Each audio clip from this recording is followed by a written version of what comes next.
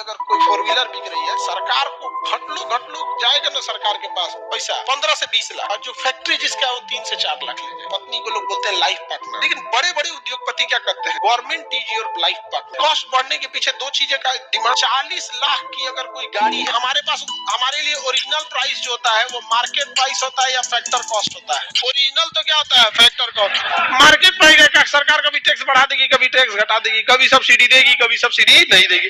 यानी मेनली जो कंपनियां होती है, फैक्ट्री होती है, वो अपना मुनाफा और अपना घाटा वो मार्केट प्राइस पे जोड़ती है या फैक्टर कॉस्ट पे। बाकी मार्केट प्राइस उसके हाथ में ही नहीं कि गवर्नमेंट कितना टैक्स लगाएगी या कितना सब्सिडी देगी, नहीं जोड़ पाती है। समझा कि नहीं? 40 लाख की अगर कोई गाड़ी है ना, 40 लाख की अगर कोई फोर व्हीलर बिक रही है, तो उसमें कंपनी को खूब से खूब फायदा अगर हो गया ना, तो 3 से 4 लाख। 40 लाख की गाड़ी में सरकार को घट लो जाएगा ना सरकार के पास पैसा, तो आप इसका 15 लाख, 15 से 20 लाख, आधा कौन ले जाएगा? गवर्नमेंट। और जो फैक्ट्री जिसका है वो 3 से 4 लाख ले जाएगी। बाकी तो उसको बनाने का कॉस्ट है, उसमें लोहा लकड़, मार्केटिंग, ये वो, पेंटिंग, सीट कवर, तो ये वो, डीलर का चार्ज, तो सर्विसिंग सेंटर, तो ये वो करके सबसे ज्यादा होता है ना। देखिए, बिजनेस इंडस्ट्रीज में बड़े बड़े जो उद्योगपति है उनके बीच एक कहावत प्रसिद्ध है, जैसे ऐसे गांव में ना, मतलब पत्नी को लोग बोलते हैं लाइफ पार्टनर, ऐसे बोलते हैं। लेकिन बड़े बड़े उद्योगपति क्या करते हैं, government is your life partner but without doing anything. 50% लेके चले जाते हैं लोग यहाँ पे। गवर्नमेंट आपको सिक्योरिटी देती है, सेना पे खर्च होती है, वो चीजें होती है। अब एक आम पब्लिक के लिए गवर्नमेंट कोई टैक्स वगैरह उतना कहाँ लेती है? किसान वगैरह पे टैक्स नहीं, हमारे आधा से ज्यादा लोग क्या है, किसान है।